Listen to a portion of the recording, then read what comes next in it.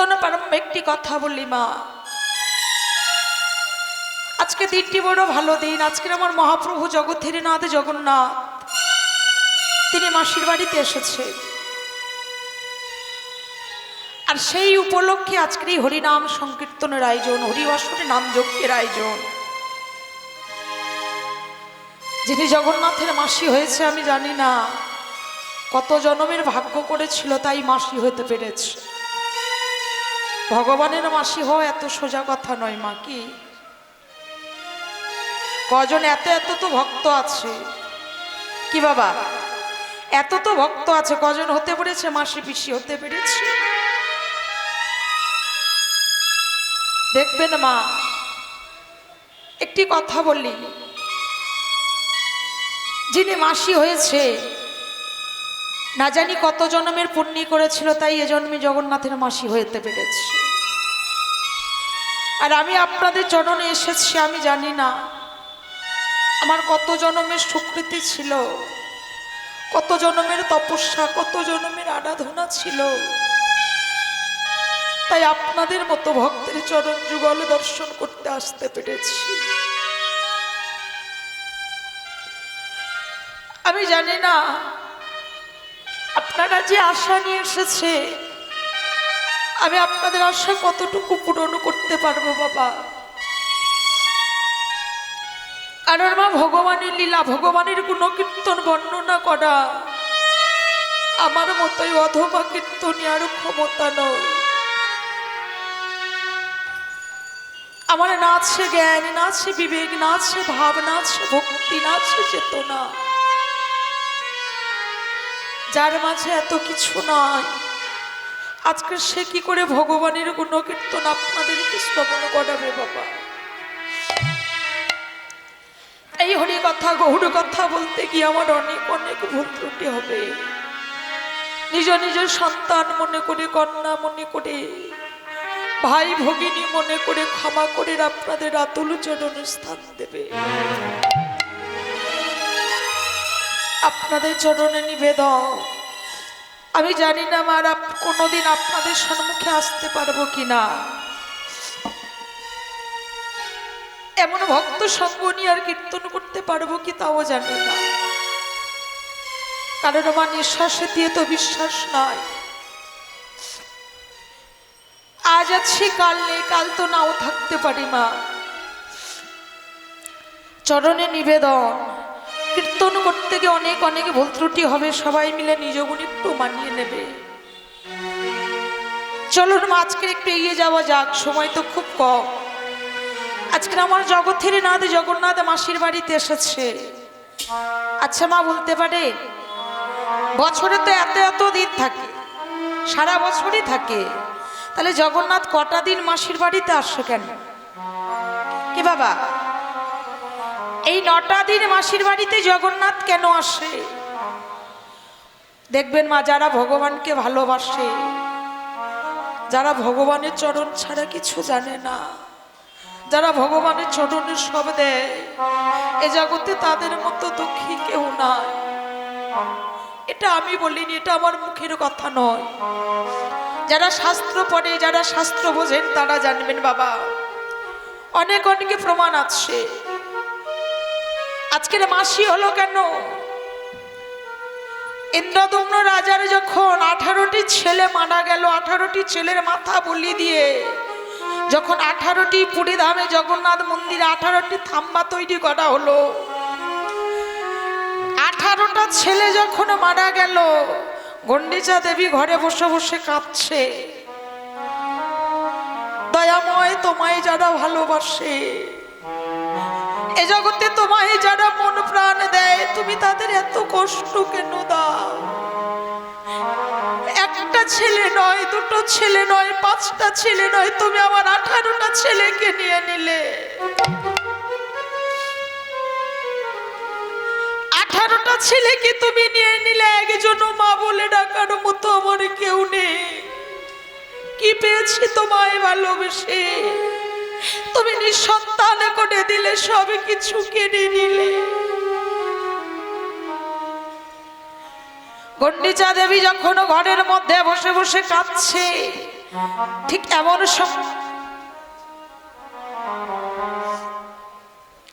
ঘরের মধ্যে যখন বসে বসে কাঁদছে, ঠিক এমন সময় ওই সময় কে চিৎকার করে ডাক দিয়েছে, মা! কে বলল? কে বলল মা? আমার তো একটাও ছেলে বেঁচে নেই, আমার 18টা ছেলে মারা গেছে, তাহলে মা মাইকে বলে ডাকে? এই যে এই তো আমি এখানে। অমা ভক্তাধীন ভগবান ভক্তকে যেই না দেখা দিয়েছিল, দূর হয়ে যা, তোর মুখ আমি দেখতে চাই না। এই না তুই জগতের না, এই না তুই ভক্তাধীন ভগবান, দূর হয়ে যা, আমি তোর মুখ দর্শন করতে চাই না। আমি তোকে ভালোবেসেছি বলে আমার 18টা ছেলেকে কেটে নিলি। বলতে পারিস, বলতে পারিস কে আমায় মা বলে ডাকবে? বলতে পারিস, বলতে পারিস কে আমায় মা বলে ডাকবে? জগতের নাথ জগন্নাথ কথা দিল, মা তুমি ভেবো নাই জগতে যার কেউ নাই, আমি হলাম তা। তাহলে কথা দে, এই জগতে যার কেউ নাই, তুই যদি তার হয়ে থাকিস, তাহলে কথা দে, তুই আমার কাছে আসবি, আমায় মা বলে ডাকবি, কথা দে।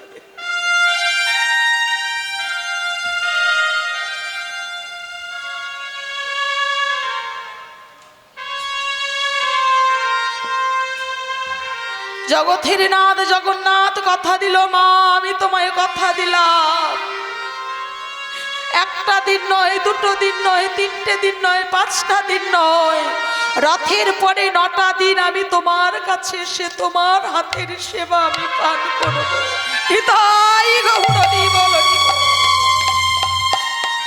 কথা দে, আমি যেন তোকে নিজ হাতে রান্না করে খাওয়াতে পারি, নিজ হাতে তোর সেবা দিতে পারি, কথা দে। সেদিন কথা দিয়েছিল, আমি তোমায় কথা দিলাম, রথের পরে 9টা দিন আমি তোমার কুটির আশ্রয় নেব, তোমায় মা বলে ডাকবো, আর তোমার হাতের রান্না আমি নিজে প্রাণ ভরে সেবা করব। এই সেই জগন্নাথ ভক্তকে কথা দিয়েছিল, ভক্তের মনোবাঞ্ছা পূর্ণ করবার জন্য আজ হয়ে আসছে। রথের পরে 9টা দিন জগতের নাথ জগন্নাথ এসে মাসির বাড়িতে আশ্রয় নেয় বাবা। আর আজকে সেই মাসির বাড়িতে এসেছি, আর মাসির বাড়ি উপলক্ষে আজকে সেই কীর্তনে দেওয়া হচ্ছে। তাহলে আপনারা কত ভাগ্যবানে দেখুন বাবা, আপনারাও মাসির বাড়িতে এসেছেন, ভগবান এসেছে, আর ভগবানের পিছু পিছু আপনারাও এসেছে। সেদিন গুন্ডিচা দেবীর কাছে কথা দিয়েছিল, আমি কথা দিলাম, যতদিন চন্দ্র সূর্য থাকবে, যতদিন পৃথিবী থাকবে, আমি ততদিন বছরে 9টা দিন তোমার কুটিরে এসে তোমার হাতের সেবা পান করব। তাহলে সেই জগতের নাথ জগন্নাথ ভক্তের জন্য আজকের কি করলেন বাবা? কলিযুগে সচিমাতার গর্ভে জন্ম নিয়ে নদিয়া নবদ্বীপ ধামে এসেছে। আর নদিয়া নবদ্বীপ ধামে এসে ভক্তগণ সঙ্গে করে নিয়ে বাবা আজকের নাম সংকীর্তন করছে। যারা নবদ্বীপে গেছেন দেখবেন বাবা আজও হয়, এত এত ভক্ত যায়, সন্ধ্যার সময় মহাপ্রভুর আরতি হয়, দেখা যায় না ভালো করে যারা পিছনে থাকে। তাহলে আজকের মহাপ্রভু আমার ওই না ভক্তগণ সঙ্গে কোটি, ওই না প্রতি দীপাবনে শুনো ধনির তীর ধনি, আজ ভক্তাধীন ভগবান আমার, আজ ওই সুরধনী গঙ্গার তীরে যেতে যেতে মলির বদনে বসে পড়েছে। প্রত্যেক দিনই যাচ্ছে, আজও যাচ্ছে বাবা, আজকে যেতে যেতে মহাপ্রভু বসে পড়েছে। আরে যেই না মহাপ্রভু বসে পড়েছে, আজকে দাদা নিত্যানন্দ ছুটে এসেছে। যারা মহাপ্রভুকে ভালোবাসে তো বাবা ছুটে এসেছে, দাদা নিত্যানন্দ ছুটে এসেছে, ডাক দিয়েছে নিমাই রে,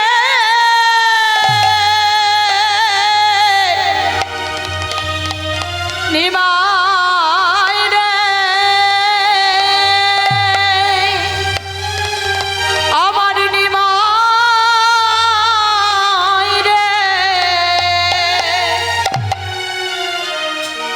নিমাই, এই নিমাই কি হয়েছে এমন করে করে বসে পড়লি কেন? তুই তো যাচ্ছিলিস তো। হয়েছে কি এমন করে বসে পড়লি?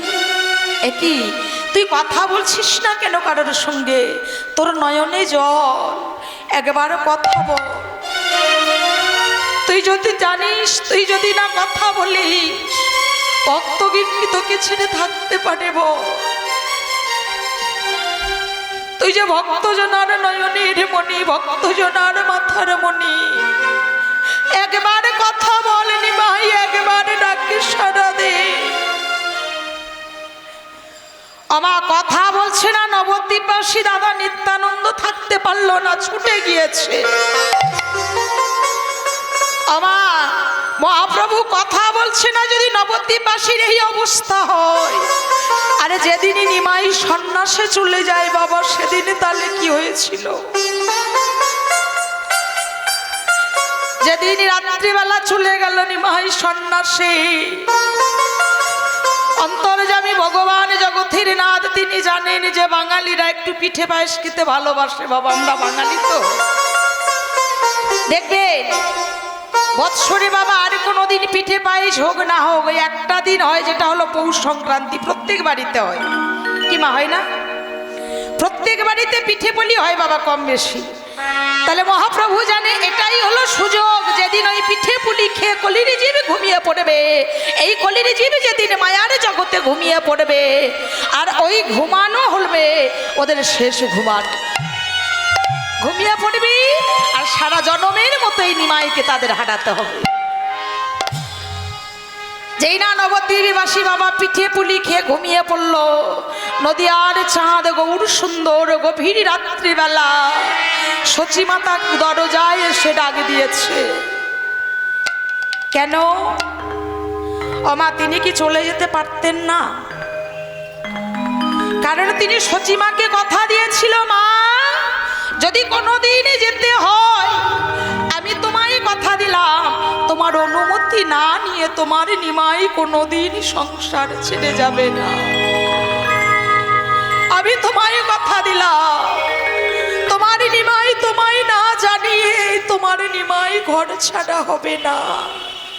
তাই মায়ের কথা রাখার জন্য বাবা ওই সচি মায়ের দুয়ারে এসে ডাক দিয়েছে। আর সচি মায়ের দুয়ারে যখন ডাক দিয়েছে, সচিমা ভাবলে বোধহয় কোকিল এসে ডাকছে। কেন না, নিমাইয়ের গলাটা ছিল বাবা কোকিলের মতো সরু। যেই না ডাক দিয়েছে মা,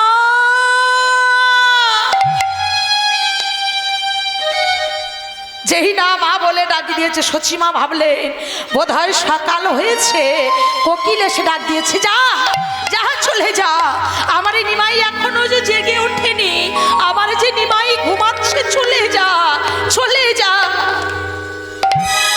যেই না বলেছে চলে যা, নিমাই ভাবলেন এটাই সুযোগ। মা যখন একবার আমায় অনুমতি দিয়েছে, আর আমার থাকা যাবে না। এইবারে সচি মায়ের দরজায় বাবা প্রণাম করে নদিয়ার চাঁদ নিমাই সন্ন্যাসে চলে গেলে। আরে যেই না চলে গেলে, প্রভাত হয়েছে, বিষ্ণুপ্রিয়া দেবী আমার সচি মায়ের দরজায় এসে আছাড় খেয়ে পড়েছে। মা মা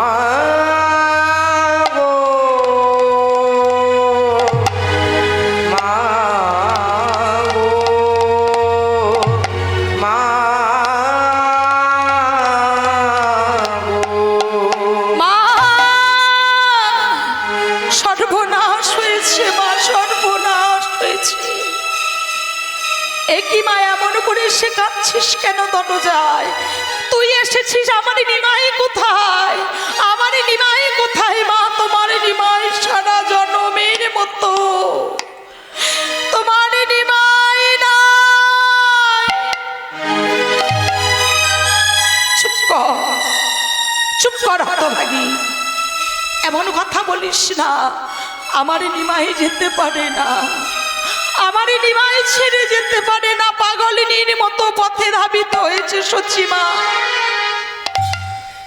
পাগলিনীর মতো ডাকে দিয়েছে নিমাই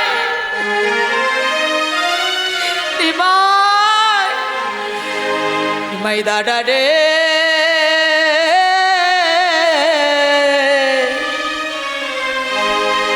নিমা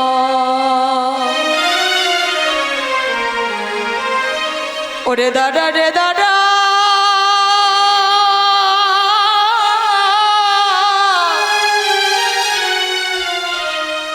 একেবারে দাদা রে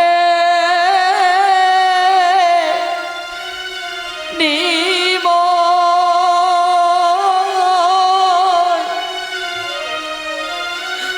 আমি দেখিব তো তোমারে নিমা ও নিমাই দাদা রে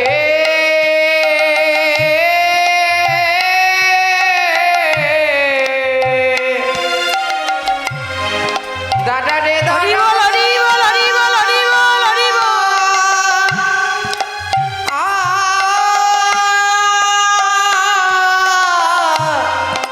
নিমাই দাদা রে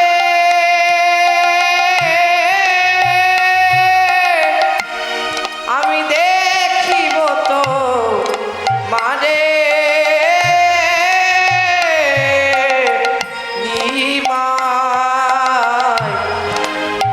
নিমাই দাদা রে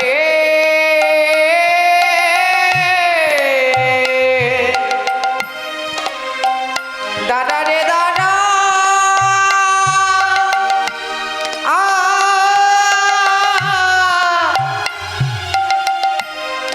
ও নিমাই দাদা রে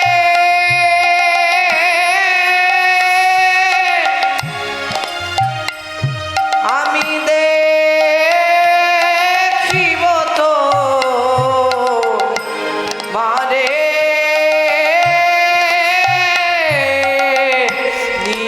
নিমাই ও নিমাই দাদা রে দাদা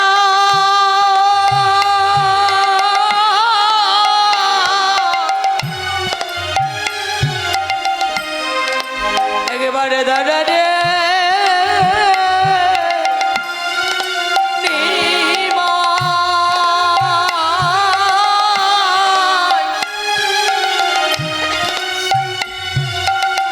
আমি দেখিব তোমারে ও নিমাই দাদা রে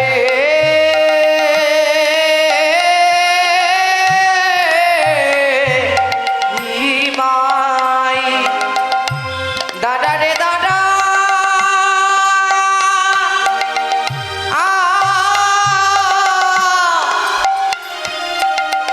ও নিমাই দাদা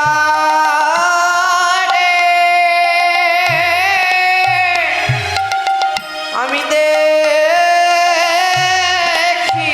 তো মারে নিমাই ওরে আগে যদি আমি জানতাম নিমাই রে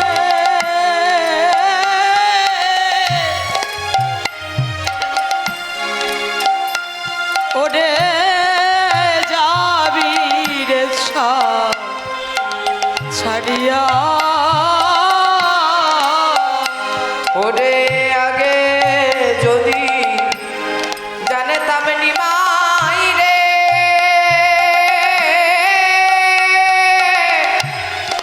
তুই যাবি রে ছাড়িয়া নিমাই ও তোরে না শিখাইতাম লেখা পড়া না শিখাইতাম লেখা পড়া ওরে না শিখাইতাম রে ওরে না শিখাইতাম লেখা পড়া ওরে না দিতাম তোর বিয়া নিমাই দাদা রে হরি বল হরি বল হরি বল হরি বল ও নিমাই দাদা রে দাদা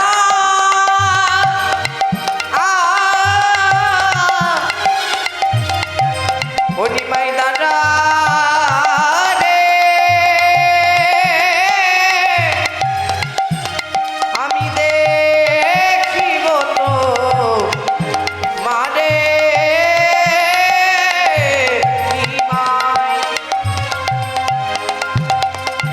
ভাগব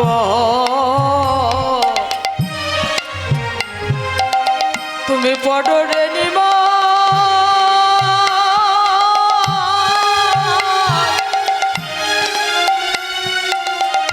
তুমি পণ্ডিত হইও বড় ভাগব পরনিমা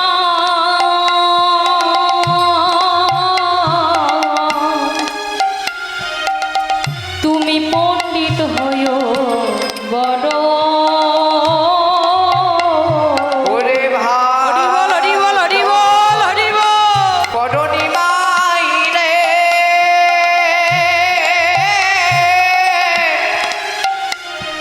তুমি পণ্ডিত হইও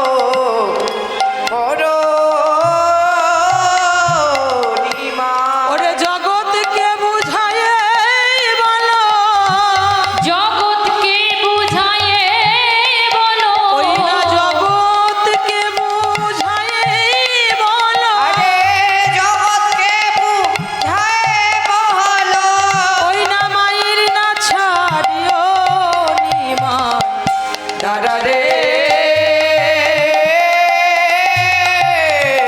নিমাই ও নিমাই দাদা রে দাদা আ